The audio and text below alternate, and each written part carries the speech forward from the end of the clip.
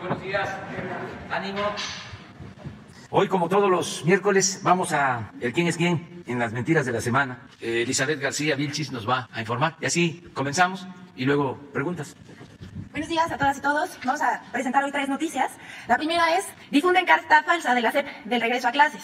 Una vez más, el periódico El Universal publicó el 12 de agosto pasado información falsa. Se trata de una supuesta carta compromiso sobre el regreso a clases que la misma Secretaría de Educación Pública desmintió. Esa información inventada fue difundida por medios y comentaristas. El objetivo de difundir el documento era apuntalar la crítica contra el gobierno de México por el regreso a clases. El Universal publicó una nota con el título: "Esta es la carta compromiso de la SEP para el regreso a clases presenciales". Pero la carta es pirata, aunque se hizo pasar como un documento oficial. Aquí está la nota del Universal, la podemos ver en la pantalla, y la supuesta carta compromiso, obviamente falsa. La nota describe la supuesta carta en la que señala que los padres de familia deberán revisar todos los días al menor, si el menor tiene síntomas relacionados con el COVID-19. A partir de esta nota se desató un debate sobre la responsabilidad del gobierno en la seguridad sanitaria de los estudiantes menores de edad.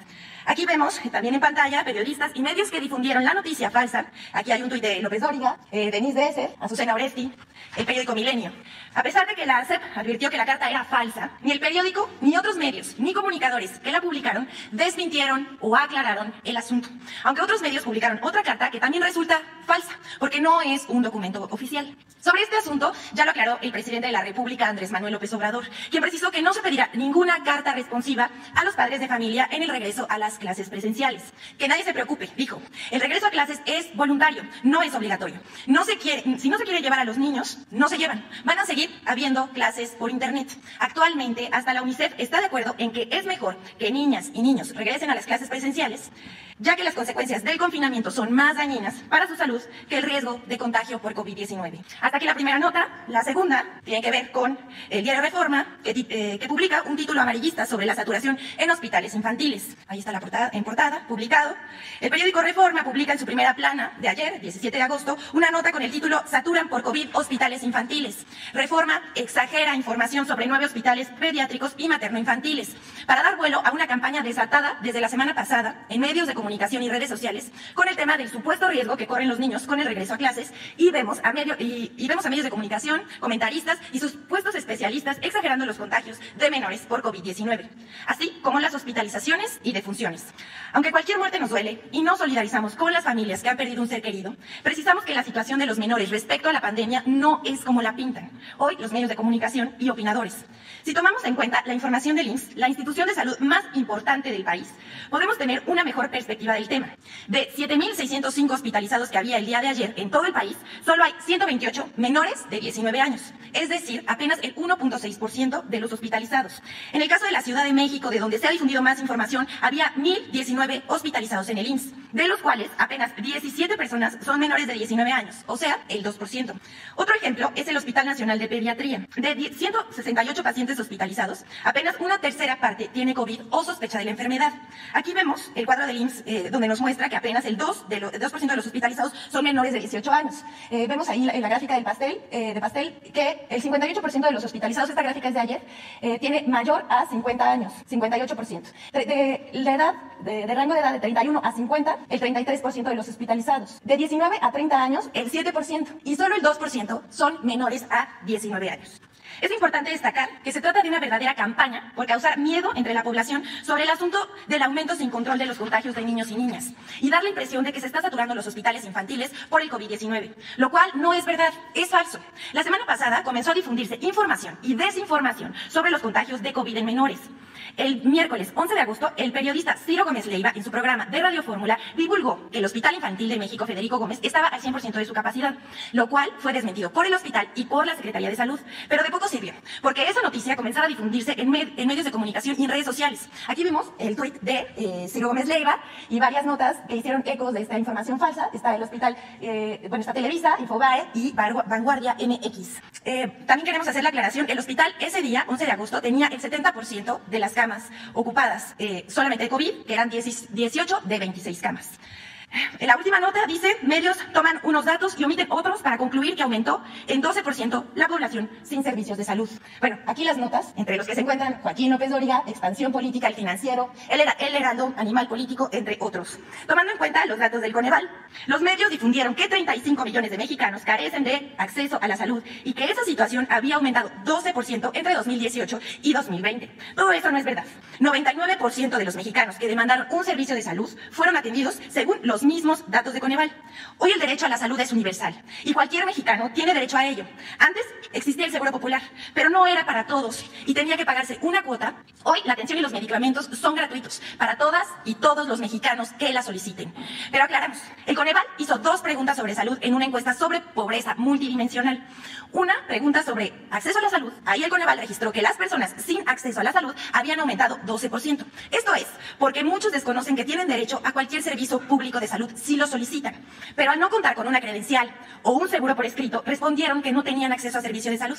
El INSABI es una institución creada apenas hace 8 meses para promover el acceso universal y gratuito a los servicios de salud para la población sin seguridad social. Además de que en 6 estados no han aceptado el INSABI: Aguascalientes, Chihuahua, Guanajuato, Jalisco, Nuevo León y Tamaulipas, lo que explica la falta de conocimiento de muchas personas sobre su derecho a los servicios públicos de salud. Pero hay otra pregunta que registra el Coneval sobre el acceso a los servicios de salud que es más relevante. Durante 2020, en plena pandemia, 47.9% de la población nacional, es decir, 60.7 millones de personas, refirió haber tenido algún dolor, malestar, enfermedad o accidente, de los cuales 41.7 millones buscaron que los atendieran en un servicio de salud y fueron efectivamente atendidos el 99.5%. Es decir, 41.5 millones. En síntesis, 1 de cada 3 mexicanos recibió atención en un servicio público de salud, cifra que debe entenderse por la situación de emergencia sanitaria en 2020, donde los servicios públicos asumieron el mayor peso en la respuesta a la COVID-19, en el que se redujo la movilidad de la población e incrementó su temor al riesgo de contagiarse en las clínicas u hospitales. La difusión de esta noticia tendenciosa tuvo un eco en medios impresos de radio y televisión. Y también, y nadie, o casi nadie, informó del dato del 99% de las personas que solicitaron un servicio de salud lo habían obtenido. Incluso el director de Excelsior, Pascal Beltrán del Río, en su programa de radio dijo que lo único que se hizo en este gobierno es quitarle el derecho a la salud de los más pobres. Pero a propósito de él, queremos compartir este tuit que fue citado ayer por el presidente de la República. Se trata de una síntesis de lo que a su leer entender es la cuarta transformación. Saque usted sus conclusiones. Aquí el tuit. Leer por adoctrinamiento, comer frijoles, poseer un solo par de zapatos. La receta de la 4T para ser feliz. Válgame. Y agreguen otro tuit. Y no aspirar a nada. Que no exagere. Solo queremos transformar México. Es cuanto, presidente. Estamos 2, 3, 4, 5, 6 la compañera. Va ya la segunda vuelta. Buenos días, presidente. Celsin Juárez, de Cilinea MX. Se han comunicado con el medio extrabajadores del ferrocarril del Istmo de Tehuantepec, específicamente aquellos que trabajan en el tramo Palenque-Mérida. Ellos fueron liquidados cuando comenzó esta construcción del Tren Maya. Están preocupados porque no saben si ahora que inicie funciones el Tren Maya van a volver a ser contratados para trabajar. Ahí son al menos 200 trabajadores sindicalizados de confianza entre talleristas y personas de mantenimiento, que esto les preocupa, ¿no? Saber su postura al respecto. Y también, mi otra pregunta. Ayer hubo críticas de algunos simpatizantes suyos por la designación de Brenda Lozano por parte de la Secretaría de Relaciones Exteriores como la nueva agregada cultural de la Embajada de México en España, ya que la acusan de haber emitido críticas, burlas y faltas de respeto hacia usted hasta hace algunos meses. Y bueno, pues ahora va a ser el gobierno y su gobierno y usted al que va a representar ahí en España. Bueno, sobre lo primero, hay muchas posibilidades de empleo en toda la ruta del Tren Maya. Es cosa de ver con quienes están construyendo, van a operar el Tren Maya, y también se va a rehabilitar la vía de Palenque a Coatzacoalcos. Se está construyendo la nueva vía de Coatzacoalcos a Salina Cruz. Se va a rehabilitar la línea de Ixtepec hasta Tapachula, hasta la frontera con Guatemala. Hay mucho trabajo y seguramente se van a requerir trabajadores, operadores, maquinistas. En los dos casos, cuando ya esté en operación el Tren Maya y el del Istmo, van a haber empresas para administrarlos, todo el sistema. En el caso del Tren Maya y los aeropuertos de Tulum, de Palenque, el de la Ciudad de México, el de Chetumal, es una empresa que va a estar manejada por la Secretaría de la Defensa. Y en el caso del Istmo, los puertos, Coatzacoalcos, Salina Cruz y los ramales del Istmo hacia Guatemala, hacia la frontera, y de Coatzacoalcos a Palenque, los 10 parques industriales, todo manejado por una empresa en la que va a ser socio mayoritario, la Secretaría va a ser socio mayoritaria de la Secretaría de Marina, y van a ser socios también los gobiernos estatales de Chiapas, de Tabasco, de Veracruz, de Oaxaca. Va a ser la Secretaría de Marina y estos 4 estados, los dueños. ¿Pueden tener la tranquilidad de estos trabajadores? Sí, porque se están creando empleos como nunca en estas obras. Yo calculo que en un año más se van a estar creando en el Tren Maya y en el Istmo alrededor de 300,000 empleos. Son obras muy importantes. Ya el sureste ha sido tomado en cuenta, se abandonó por mucho tiempo. Y fíjense que el sureste financió en todo el periodo neoliberal el desarrollo del país, porque el presupuesto público durante mucho tiempo se integraba de los ingresos petroleros. Hasta llegó a ser del 40% del presupuesto nacional, 40% provenía de ingresos petroleros. Y se le sacó toda esa riqueza al sureste, a Chiapas, a Veracruz, a Tabasco, a Campeche. Y no se le devolvió nada, quedó en abandono. Lo único que creció en el sureste fue Cancún, el turismo. Pero Yucatán, Campeche, Chiapas, Tabasco, Veracruz, Oaxaca, en el abandono, lo mismo que Guerrero, Puebla, sobre todo los municipios y los estados más pobres de México. Fue muy injusto todo lo que sucedió. Entonces ahora le estamos devolviendo al sureste algo de lo que por justicia les corresponde, sin abandonar el centro, sin abandonar el norte, pero buscar, pues, estaba así, aquí crecimiento, y aquí decrecimiento en el sur, sureste. Y ahora lo que queremos, mejor dicho, que suba el sur y el sureste, y es lo que está pasando. Acerca de lo otro, pues no tengo nada que comentar. Es muy difícil encontrar en el aparato administrativo gente que no esté relacionada con académicos, con intelectuales, que dominaron durante mucho tiempo. Yo siempre digo que tardó más el dominio neoliberal que el porfiriato. Porfirio Díaz dominó de finales de 1876 a mediados de 1911, 34 años. Pero el neoliberalismo se impuso, haciendo la cuenta, por 36 años. ¿A usted le informaron de esta designación? No. Pero está cundido el país, o sea, de este pensamiento conservador, neoliberal, porque imagínense si nada más habían 2 grupos que dominaban en el mundo de las letras. Lo hemos dicho aquí, el de Krause y el de Aguilar Camín. Y al final políticamente son lo mismo. Es como 2 partidos que no podría mencionar. Aparentaban ser distintos, ¿no? O es como la diferencia que hay entre la Coca-Cola y la Pepsi-Cola. Entonces, esos 2 grupos monopolizaron, pero se metieron en la academia, hasta los centros públicos de enseñanza, se metieron a la UNAM. O sea, hay ese pensamiento dominante, que no estaba cuando yo estudié, ¿no le interesa, sobre todo en la ciencia social? Presidente, que se haya hecho críticas a su gobierno, que se haya incluso burlado de... Es que, desgraciadamente, tenían predominio de todo, en Hacienda, en Agricultura, en Economía, ya, en Relaciones Exteriores. No, una vez, en una celebración de independencia, hubo un embajador que gritó, ¡Viva Iturbide! Entonces, está lleno, hay que ir poco a poco, sin excluir, dándole oportunidad, sobre todo a los jóvenes, que no están tan influenciados por el pensamiento conservador. Porque no solo, con todo respeto, era el ITAM y el Tecnológico de Monterrey, era, ¿cómo se llama este organismo público? El CIDE, que era lo mismo. Yo entiendo, bueno, que exista una escuela como el ITAM, ¿no? Pues está bien, impulsada por el sector privado para formar sus cuadros, pero que el Estado también esté financiando a una institución con esos mismos propósitos, como es el CIDE, o que CONACYT esté al servicio de las empresas, que su presupuesto se destine a financiar investigación de las empresas y no hacer investigaciones en beneficio de la gente, de que haya vacunas para el COVID, como ahora, ¿sí? Que se busquen sustancias no contaminantes o naturales para no utilizar químicos en la fertilización, en el combate a las plagas, que no haya herbicidas que causen daño a la salud. Todas esas investigaciones. Que se fortalezca de nuevo el Instituto Mexicano del Petróleo para no tener que depender de tecnología del extranjero. Pero el Instituto Mexicano del Petróleo se abandonó. Era de lo mejor que había en el mundo. Iban 2 ingenieros petroleros, investigadores del Instituto Mexicano del Petróleo a otros países. En los últimos tiempos se tenía que comprar tecnología del extranjero. Al mismo, en los mismos años en que se le entregaba dinero a CONACYT para que lo transfiriera a empresas particulares. Entonces todo eso ha cambiado. Entonces se formó mucha gente así, y yo entiendo, pues, es como cuando se derrumbó la Unión Soviética. Todos los que se habían formado con esa concepción, con esa ideología, pues se sintieron abandonados, como que cayeron en el vacío, se quedaron colgados en la brocha. Pues es ahora lo mismo. Imagínense, le están diciendo a los jóvenes, los están formando para hacerle caso al Fondo Monetario Internacional, y de que si hay una crisis, la receta es darle a los de arriba, porque así, si les va bien a los de arriba, algo les va a llegar a los de abajo, y que el Estado no debe de intervenir, que incluso debe diluirse y solo utilizarse para reprimir, y que todo lo tiene que resolver el mercado, y que la Constitución y las leyes deben de estar al servicio de los particulares, que ya no hay interés público, que ya no existe el derecho constitucional o el laboral o el agrario, que eso es anacrónico. Lo forman así. Lo importante es el derecho mercantil, fiscal, todo lo que tiene que ver con el libre mercado. Entonces nosotros decimos, a ver, vamos a regresar con las condiciones actuales a que se atienda a la gente, a que se apoye a la gente, que no se apoye nada más a los de arriba, que se apoye a los de abajo hacia arriba. Por ejemplo, Ciro y Pascal, ¿por qué están en contra? Porque trabajan en una empresa que maneja hospitales privados, entre otros negocios. Entonces, pues es normal que estén en contra de nosotros, que estamos planteando que la salud sea un derecho para todos, la atención médica, medicamentos gratuitos, porque el modelo era a privatizar todo, la salud, la educación, la seguridad social, bueno, hasta las cárceles, las privatizaron. Entonces, si esa formación se mantuvo durante mucho tiempo, pues siempre genera desconciertos cuando decimos, pues ya no va a ser así, y por eso hay estas falsedades. Además, está lloviendo de Reforma, pero no la nota a ver si no pones el periódico, porque no solo es la nota de la de Ciro, cualquier día, pero esta donde está Ciro. Mire, ¿esto de cuándo es? Esta es la nota que escogieron. Yo veo las 8 columnas. ¿Está igual? ¿Hay cariño o no hay cariño?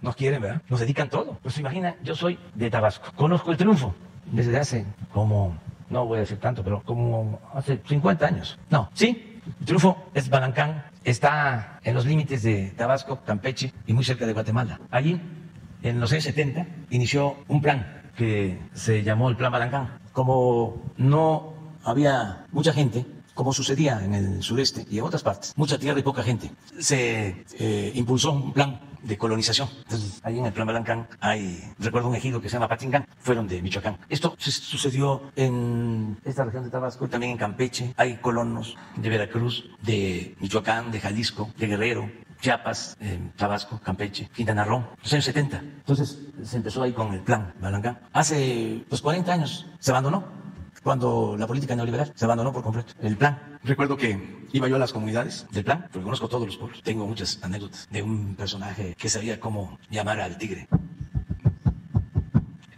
al jaguar. Y ahora se está apoyando como nunca. Les decía que cuando visitaba yo las comunidades empezaban a emigrar centroamericanos y los veían pasar los pobladores, campesinos, ejidatarios del Plan Balancán, pero nada más pasaban de Guatemala. Como se abandonó el plan, luego ellos hicieron lo mismo y se quedó sin gente el plan. Muchos se fueron, abandonaron las tierras. Entonces ahora estamos apoyando, como no se hacía en mucho tiempo. Ahí hay miles de sembradores. Ahí tenemos viveros de la Secretaría de Defensa y se están sembrando plantas, árboles, frutales, maderables. Tienen trabajo miles de campesinos, sembradores. Nada más que no traigo el dato, pero a lo mejor nos pueden mandar el dato de cuántos sembradores hay en Balancán. Y por ahí, precisamente en el Triunfo, pasaba el tren del sureste. También con los neoliberales se privatizó el ferrocarril. Todo, o se abandonó. Esto fue con Cedillo, ¿se acuerdan? Esto también ayuda para los jóvenes. Entonces, dejó de haber trenes de pasajeros en mi país. Ya no hay trenes de pasajeros, solo el Chepe, que es turístico. Porque se pudieron ir desde aquí hasta Mérida en tren. Yo lo he dicho, me iba a Palenque en tren. Qué Buena Vista. Tomábamos el tren a las 8 de la noche y a las 8 de la noche del día siguiente estaba yo en Palenque. 24 horas. Servicio pues barato. Ya me tocó. Entonces, por suerte, el tren del sureste y el del istmo no lo privatizaron, porque ni siquiera para eso les interesaba el sureste, ni siquiera para robar les importaba. Me dio un gusto cuando me enteré que no habían privatizado, que estaba todavía como bien público el tren o el ferrocarril del istmo y el del sureste. Claro, ya abandonados, ya solo como trenes de carga y ya no funcionando completamente en el abandono, porque dos grandes empresas extranjeras son las que ahora dominan todos los ferrocarriles. Estamos hablando de concesiones de más de 20,000 kilómetros. Cuando yo termine el gobierno, voy a tener la dicha, sí, desde luego lo decide el pueblo, que yo continúe después de la revocación del mandato, de que voy a entregar como 2,000 kilómetros de vías férreas con trenes de pasajeros modernos. Pero bueno, regresando, esta es una estación, 20,000 sembradores en Balancán. A lo mejor lo dice ahí el Reforma. Entonces, ahora se está modernizando la vía, se está haciendo el Tren Maya. Ahí, en el Triunfo, va a haber una estación y eso le va a dar vida de nuevo al Triunfo. Porque ahí cerca hay muchas zonas arqueológicas mayas. Hay una zona arqueológica cerca que se acaba de descubrir que tiene una extensión de muchos kilómetros, de lo más importante desde el punto de vista arqueológico, de los nuevos descubrimientos. Salió hasta en una revista internacional, esta zona cerca del Triunfo, y por ahí no muy lejos, hacia Candelaria, está una zona arqueológica que se llama el Tigre Maya, también muy importante. Entonces, eso es el Triunfo. Adelante del Triunfo, los que están construyendo el tramo, ese tramo lo tiene una empresa que se llama Motangil, asociada con una empresa china. El tramo es el tramo 1 de Palenque a Escárcega. Son como 210 kilómetros, 220 kilómetros. Entonces, necesitan pues tener rieles, durmientes, sí, porque se está haciendo el terraplén. Luego es el balasto, que es una piedra especial que no hay en el sureste, en esa zona, que se va a llevar, ya se está, desde los Tuxtla, donde hay bancos, para darle fortaleza. Y luego el durmiente, y luego el riel. Entonces, se puso una fábrica de durmientes ahí, que le da trabajo también a la gente, de una empresa china. Pues ese es el gran descubrimiento del Reforma, que hay una empresa china haciendo durmientes para el tren. Esa es la nota. Que me comprometí a hacer el camino y no se ha hecho. Bueno, informo que se le transfirieron los recursos al gobierno de Tabasco, ya terminó un tramo y está en proceso de construcción el resto, para informar bien. Pero podría yo aquí explicar, ¿no?, a detalle todo. Sin embargo, baste con ver la información principal. ¿Cuándo habían visto que un reportero de el Reforma fuese hasta los límites con Guatemala a hacer un reportaje? Nunca. No hacen estos reportajes. Pero ahora es donde reciben alguna información, y lo estoy comentando para que los del Triunfo y los de Balancán lo sepan, porque los del Triunfo y los de Balancán pues están contentos con la obra del tren y también con el Sembrando Vida. Nada más que los que no están contentos son los del Reforma. Entonces, la otra, ¿es de cuándo? De hoy, miren, sí, la carretera prometida es esta de Balancán, que ya dije que se avanzó y que se sigue trabajando. Y lo otro, 12 días aumenta la confusión por clases, a 12 días. Pues no hay ninguna confusión, es toda una campaña de desprestigio, infundir miedo, pero no es porque les importe la salud de los niños. Recuerdo a Claudio X González, que decía, qué barbaridad, los niños se quedan sin clases, los niños de Oaxaca, como si le importaran mucho los niños. No, estaba en contra de la gente y a favor de la privatización de la educación. Ahora es lo mismo, como si les importaran los niños. No, están en contra de nosotros. Eso es todo. Mañana, por cierto, para que no haya confusión, van a estar aquí de Gobernación, que hicieron un estudio de la UNICEF y de la SEP para probar el daño que causa el que los niños no asistan a la escuela.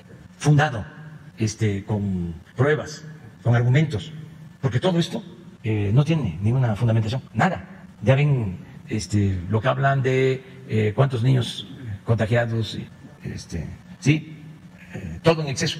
Y claro que sí hay mucha gente que yo les ofrezco disculpa a un sector de la clase media, les ofrezco disculpa por decir de que se dejan manipular, que no se molesten conmigo, que despierten, que es de sabios cambiar de opinión. No, es dogmático, no hay argumento, todo es pasional, aunque sea irracional. Sí, pero no. Entonces, pues son los clientes del Reforma. Y podría yo decirles, pues sigan su camino, ahí la llevan, van bien. Pero pues tengo la obligación también de informar. En una de esas cambian de parecer, porque el hombre y la mujer es producto de circunstancias. Y hay que entender, imagínense, un sometimiento de 36 años, no es poca cosa. Acuérdense lo que decía Goebbels, el jefe de la propaganda de Hitler, una mentira que se repite muchas veces puede convertirse en verdad, pero desde antes lo usaban los conservadores. Aquí en México, Lucas Alamán, esa carta a la que hago referencia, que es una joya, en donde le dice a Santana, que estaba en el exilio, después de la gran tragedia, luego de que nos habían quitado la mitad del territorio, después del gran zarpazo, es que Santana se tiene que ir al exilio. Lucas Alamán, el ideólogo principal del conservadurismo, le escribe y le dice, regrese, no se preocupe, nosotros manejamos la opinión general, porque nosotros tenemos el control de los principales periódicos de la capital y de las ciudades del país. Pero estamos hablando de 1853-54, mediados del siglo XIX. Y en efecto, traen los conservadores de nuevo a Santana. Y ya fue el desastre completo. Y lo traen, y desde que llega a Veracruz hasta su traslado a la Ciudad de México, en todo el camino, después de todo lo que había hecho, ya para entonces había estado 10 veces como presidente. Fue en total 11 veces presidente de México. Pero en todo el trayecto aplaudiéndole la gente. Porque la manipulación era completa, total. Sí, aquí en la ciudad, que es donde la gente está más informada, más avispada, Pero también como aquí es donde se da el bombardeo más grande, aquí están todos los medios, todos. Ya hablamos de que no hay medios nacionales, son de aquí. Ni modo que el Excelsior lo lean en Yucatán, o en Chihuahua, o el Universal, o el Reforma. No, es aquí. Y las estaciones de radio que hay aquí, pues son numerosas, más que en cualquier otra parte. Y aquí es dale y dale y dale, día y noche, pues sí, confunden, aturden, obnubilan, atontan. Entonces, sí, es importante esta sección, muy importante, porque hay que enfrentar esta pandemia para que se tome conciencia. Y hay quienes pues vivían de la corrupción, pues esos, aunque no nos guste, tienen un motivo para defender al régimen corrupto. Pero el que no vivía de la corrupción, ¿cómo va a estar pidiendo que regresen los corruptos? No, ya con eso.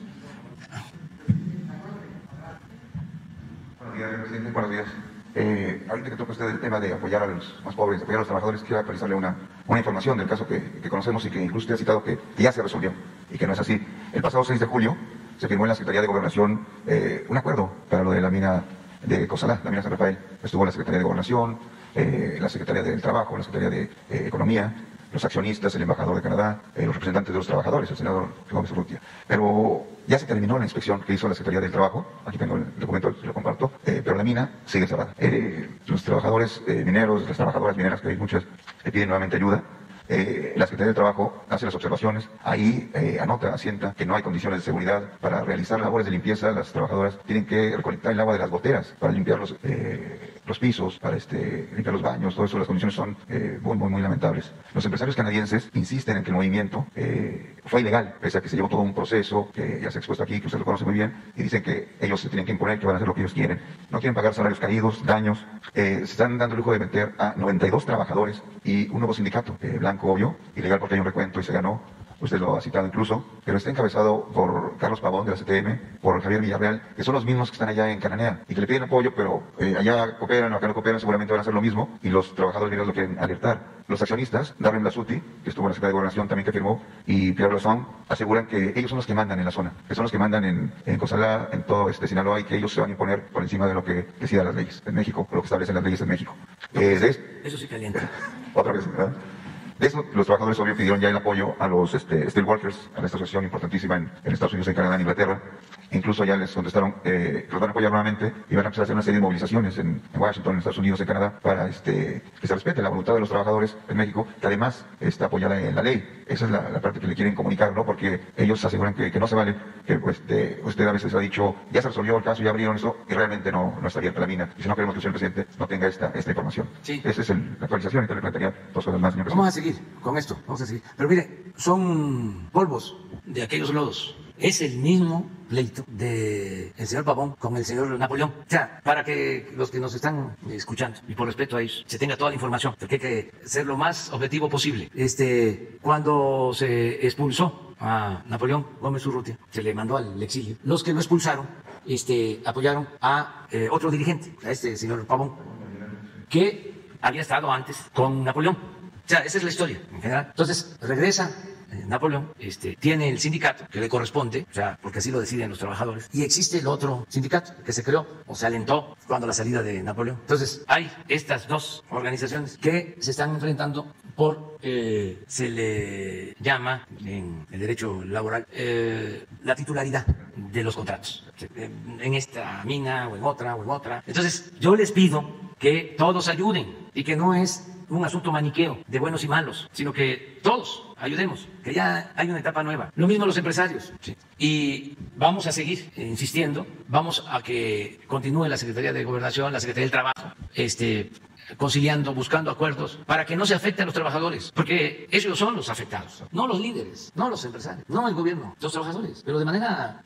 sincera, no es como acabo de decir, ay, los niños. No, sí. Auténticamente se afecta a los trabajadores y se afecta también al comercio en Cozalá, en toda la región, nada más porque los señores de arriba, de la cúpula, no se ponen de acuerdo o no quieren respetar la ley. Entonces vamos de nuevo a pedirle a la Secretaría de Gobernación, a la Secretaría del Trabajo, ya, y es más, que vengan aquí y que expliquen quién es el que no quiere aceptar la resolución legal. Y aquí vamos a llamar a quien no esté ayudando a que cambie de parecer, si les parece. Perfecto, sí.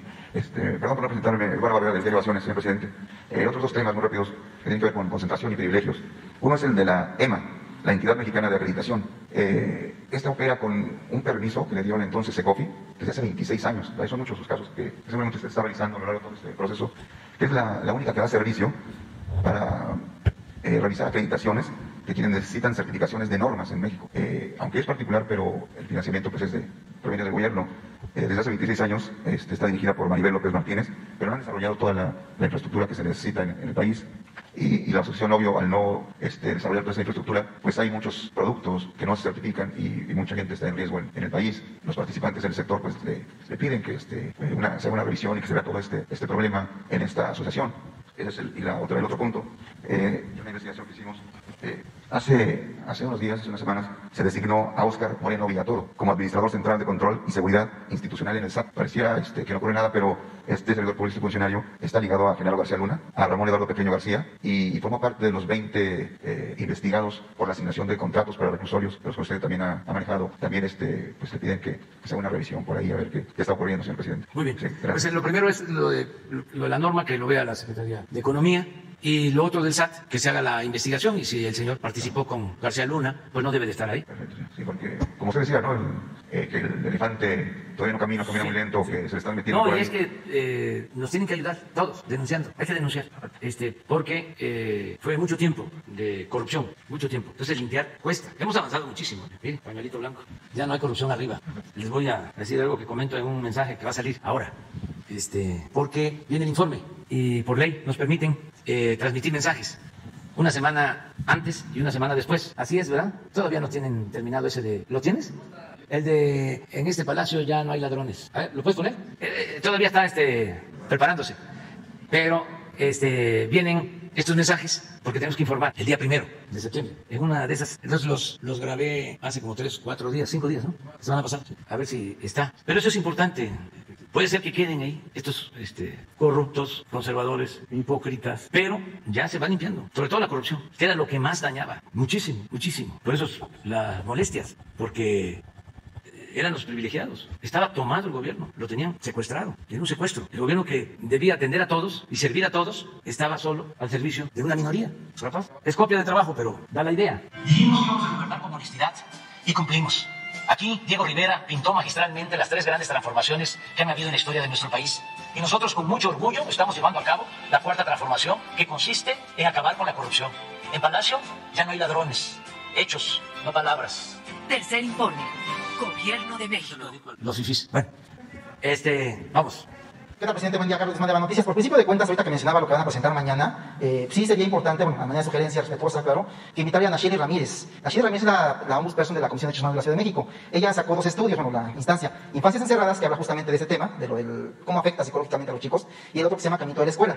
Sería importante, si lo considera usted, que invitara mañana a Nacheli. Es muy importante el estudio que tienen ellos, y hasta que UNICEF dijo que las escuelas no están cerradas, la gente hizo caso. Yo le pediría, bueno, de inicio, y lo comentaba ayer, el tema de la carta. A muchos como papás no nos parece que se haya quitado la carta por el tema de que muchos papitos ocupan las escuelas como guarderías, hay que ser francos. Pero sí sería importante que usted dijera, a nivel nacional, ya ayer Puebla y Jalisco tomaron el tema de que la carta responsiva no es obligatoria. Pero sería importante que usted lo mencionara desde aquí, desde esta conferencia de medios. Y la segunda, que me parece algo muy grave, es un tema muy importante, pero es un tema sanitario. Ayer el presentador de televisión en la noche, presentador, le digo porque no es periodista, un periodista reportea, está a ras de piso, cuestiona. Ciro Gómez Leiva, a eso de las 11:30 de la noche, seguramente la señorita de las redes sociales tiene el tuit, publicaba algo muy grave, que los vacunados en Estados Unidos por primera vez se pueden vacunar por segunda ocasión aquí en México. No sé si lo puedan desmentir. Según lo que yo recuerdo de las conferencias expertinas, no hay ese protocolo aquí. Él dice que sí. Ese sería el primer planteamiento, señor presidente. Bueno, vamos a invitar a la especialista. A Nacheli. Sí, de Derechos Humanos. Mañana. Sí, es de aquí de la Ciudad de México, es la presidenta. Sí, le invitamos también. Y el llamado es que no hay carta con responsabilidad de los padres. La responsabilidad es de todos y principalmente del gobierno, el titular del Ejecutivo, del presidente. Y si yo estoy haciendo el llamado para que se regrese a clases, es porque considero que no hay riesgos o que son menores y que nos afecta mucho el tener a los niños, a los adolescentes encerrados, solo viendo el Nintendo, o encerrados aunque no tengan el Nintendo. Es fundamental el que se socialice la comunicación entre los niños, que no sea solo por el teléfono. Se han creado mecanismos ahora donde tienen juegos de Nintendo y participan 1, 2, 3, no se conocen, no se ven. Sí, incluso de países. ¿Y qué contenidos? ¿Quién analiza los contenidos de esos juegos? Mucha violencia. Entonces, sí, importa mucho la escuela. Hay entre 3 y 5 millones de desertores del presidente. Sí, importa mucho. Entonces, por eso es perverso, es de canallas, que por las diferencias que tenemos con los corruptos, con los dueños de los medios de información, se usen estos casos como bandera, porque a nosotros no nos afecta, pero sí afectan mucho a la gente, a la educación. Son muy racionales nuestros adversarios, muy responsables, faltos de ética. ¿Cómo van a mentir cuando se trata de un asunto tan delicado? La salud, la educación. Entonces, ¿qué les digo a los padres?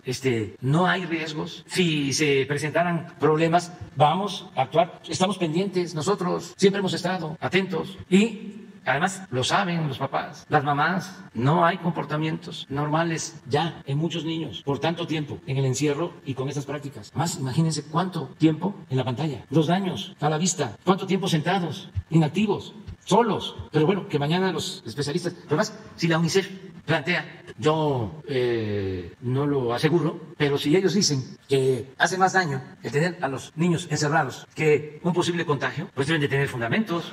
Yo no quiero que los niños se enfermen, que se contagien, nadie, pero hay que revisarlo profesionalmente, con pruebas técnicas, científicas, con argumentos. Entonces mañana que vengan, ¿no? Y también es voluntario el que no quiera que vayan sus hijos a la escuela o no los quiere llevar porque tenga temores, esté en libertad de no hacerlo y se le respeta su punto de vista. Somos libres, nada por la fuerza, todo por la razón y el derecho. Pero es una bajeza lo que hacen los medios porque están en contra de nosotros utilizando estos asuntos. Podrían debatir de otra forma, hay tantas cosas. No vivimos en una sociedad perfecta, ni el gobierno es inmaculado y no comete errores. Claro que se cometen errores y los corregimos, no caemos en la autocomplacencia. Claro que hay crítica al interior del mismo gobierno y salimos adelante. Entonces tienen muchas cosas para generar un debate de buen nivel, sin mezquindades. Pero también es que lo que Natura no da, Salamanca no otorga.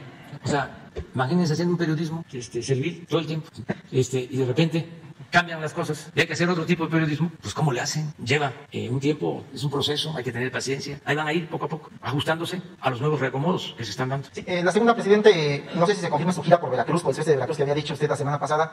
Y si es así, hay dos casos, uno que le llegó a la redacción de Ramsés Yunes, que es el que conduce la segunda emisión noticiaria En Contacto, de un tema de jubilados de Pemex, que tienen un problema ahí de que se le están descontando lo que es las jubilaciones, alrededor de entre 1,000 y 5,000 pesos, por un acuerdo que hubo con Romero de Champs. No sé si tenga usted conocimiento de este tema de los jubilados que le están descontando. Y el segundo, hablando del tema de Veracruz, si tiene conocimiento de un feminicidio que ocurrió en la planta petroquímica de Coatzacoalcos. Una senadora mencionaba justamente el caso, se ha quedado empantanado. No sé si usted tenga conocimiento de ese tema, señor presidente. Voy a estar allá, voy al Istmo, pero hasta el día 18 y 19 vamos a andar allá, 18 y 19 de septiembre vamos a estar y vamos a conocer más sobre el caso que tú mencionas, sobre el feminicidio. Sí, y digo, el tema de los jubilados es importante. Y también saber si se está cometiendo esa injusticia. Eso hoy mismo vamos a saber. Hay que nada más tomar en cuenta que ahora, como hay cambio, va a haber cambio de la dirección del sindicato, pues hay mucha propaganda, ¿no? Hay que ver si son ciertas las cosas. No lo dudo, pero no levantar falsos testimonios, ¿no? Vamos a tener la información. Y finalmente, el secretario de Marina hablaba hace algunas semanas de que ninguna persona del gabinete era honesta. Hubo un tema de una destitución de un titular de seguridad en Baja California Sur porque iba borracho. No sé si recuerda el caso. Es preguntarle, no ha avanzado el tema de la destitución, si le han sometido a usted a la consideración del caso, siendo que usted es el comandante supremo de las Fuerzas Armadas, de este caso de general. Sí, ya se procedió. Gracias. Ya se procedió. Y lo hizo el almirante Ojeda. O sea, él nada más me informó, un hecho muy lamentable, o sea, porque se mancha, ¿no?, la institución. Entonces ellos tienen pues un código de disciplina y se aplicó. Al menos eso fue lo que me informó. No sé si ya se llevó a la práctica, pero eso es lo que se iba a hacer. Buenos días, soy Maya Berbug de Bloomberg News. La inflación de México sigue estando alta, muy por encima del objetivo del Banco Central. ¿Usted cree que el Banco de México debe seguir aumentando la tasa de interés para contener esa inflación? ¿Qué opina de su última decisión?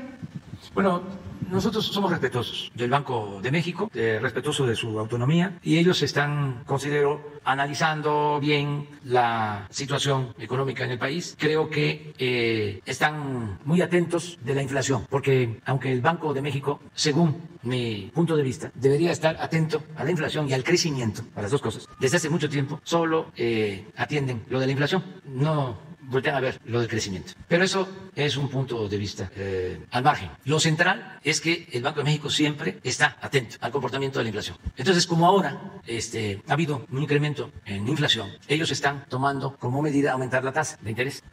Esto lo están llevando a cabo y yo respeto esa decisión que toman, porque se tiene que tener control de la inflación. Sí nos debe de importar a todos. Lo explico de manera muy sencilla a la gente de por qué no nos conviene inflación alta. Hemos hecho un esfuerzo como nunca en los últimos tiempos, como no sucedía desde hace 40 años, para aumentar el salario, en especial el salario mínimo, que ha aumentado desde que llegamos al gobierno en términos reales el 50%, casi el 50%. Sin embargo, como en los últimos tiempos ha habido inflación, esto ha llevado al aumento en los precios de artículos de consumo básico. Por ejemplo, ha aumentado el precio de la tortilla, porque aumentó el precio del maíz a nivel internacional, que todavía hay importación de maíz, y por la inflación, el aumento del gas. Entonces, aún aumentando el salario mínimo 50%, solo hemos logrado que con ese salario se compren 2 kilos más de tortilla. Cuando llegamos, un salario mínimo alcanzaba para comprar 6 kilos de tortilla y ahora alcanza para 8, a pesar del aumento del salario. Solo 2 kilos. Entonces, si se aumenta y se aumenta el salario, los ingresos, pero no tenemos una inflación controlada, pues no se gana poder adquisitivo, poder de compra. De ahí que sí es importante que el Banco de México actúe para que haya control de inflación. Ese es mi punto de vista y respeto la decisión que ellos están tomando. De todas formas, desde que nosotros llegamos, ha bajado la tasa de interés casi 3 puntos. No tengo el dato exacto. Desde que llegamos, ha bajado. Ha sido ahora, en este año, que lo han aumentado 2 veces, la última vez 0.25, porque está incrementándose la inflación en Estados Unidos. En Estados Unidos están impulsando mucho el crecimiento. Hay mucho circulante y no es nada más que haya más circulante, es que tiene que haber producción, que es un asunto que deben de tratar a fondo, porque si se tiene dinero pero no hay mercancías, en Estados Unidos si se quiere comprar ahora un refrigerador hay que esperarse.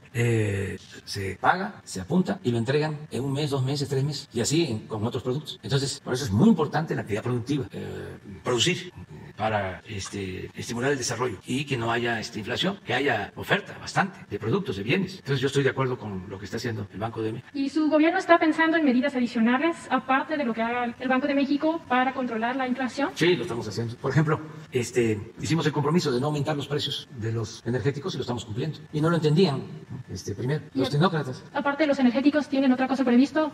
Todo lo que sean bienes que podamos nosotros garantizar que no aumenten los precios, lo vamos a hacer. Por eso nuestra intervención en el caso del gas, porque estaba creciendo mucho de manera injustificada, porque se estaban quedando con amplios márgenes de utilidad, de ganancia, distribuidores, concesionarios, y por eso se decidió lo del precio máximo, y ya bajamos el gas. Todo eso ayuda, el no aumentar el precio de las gasolinas, el no aumentar el precio del diésel, el no aumentar el precio de la luz. Todo eso es favorable y desde luego producir.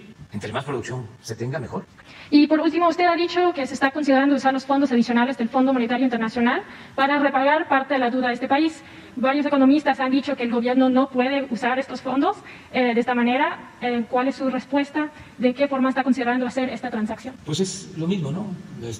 Estos economistas están formados en escuelas en donde les enseñan a proteger a grupos de intereses. En este caso, a proteger a financieros. No les enseñan a proteger al pueblo. No saben del daño que causa la corrupción. Esa materia no la llevan, esa asignatura. No les enseñan sobre la importancia de la economía moral. No les enseñan de que debe de haber progreso, pero con justicia. No les enseñan de que lo más importante es que haya empleo y que haya bienestar. No les enseñan a que debe de fortalecerse la economía popular. ¿Qué les enseñan? Pues cómo se permite que ganen cada vez más dinero los de arriba y lo ven normal. En este caso, nos corresponde, porque somos socios, por decirlo de alguna manera, del Fondo Monetario Internacional, una cantidad de recursos de los 620,000 millones de dólares que va a dispersar a todos los miembros socios del Fondo Monetario Internacional en el mundo. Unos 620,000 millones de dólares. Nos corresponden 12,000 millones de dólares. ¿12,200? Bueno, en el tiempo que llevamos nosotros, el Banco de México, que no lo deben de olvidar los que trabajan en el Banco de México, porque son servidores públicos, no empleados de los financieros. Eso que se atesoran en el Banco de México es dinero del pueblo y de la nación. ¿Cuánto se ha atesorado? ¿O cuánto ha sido el incremento de las reservas desde que estamos en el gobierno?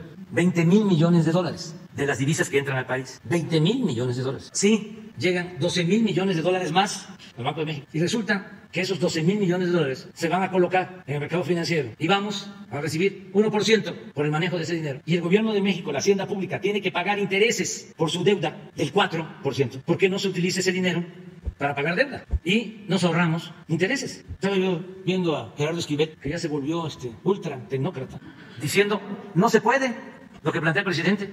No se puede porque no se quiere, porque, con todo respeto, son muy cuadrados. Que se utilice ese dinero para pagar deuda. Se va a hacer el planteamiento formal al Banco de México para que se beneficie la hacienda pública, se beneficie el pueblo. Pero bueno, ya, es que ya me pasaron una notita que ya queda mañana. Mañana sí tenemos muchas cosas. Sí. Mañana tú empiezas, pero me quedó la compañera. Entonces, Banco de México, sí, porque está interesante. Sí, también. ¿Ya escucharon? Sí. No 4. La compañera, 5. La corte queda para pasar mañana. Ya no nos va a alcanzar el tiempo. Adiós, adiós.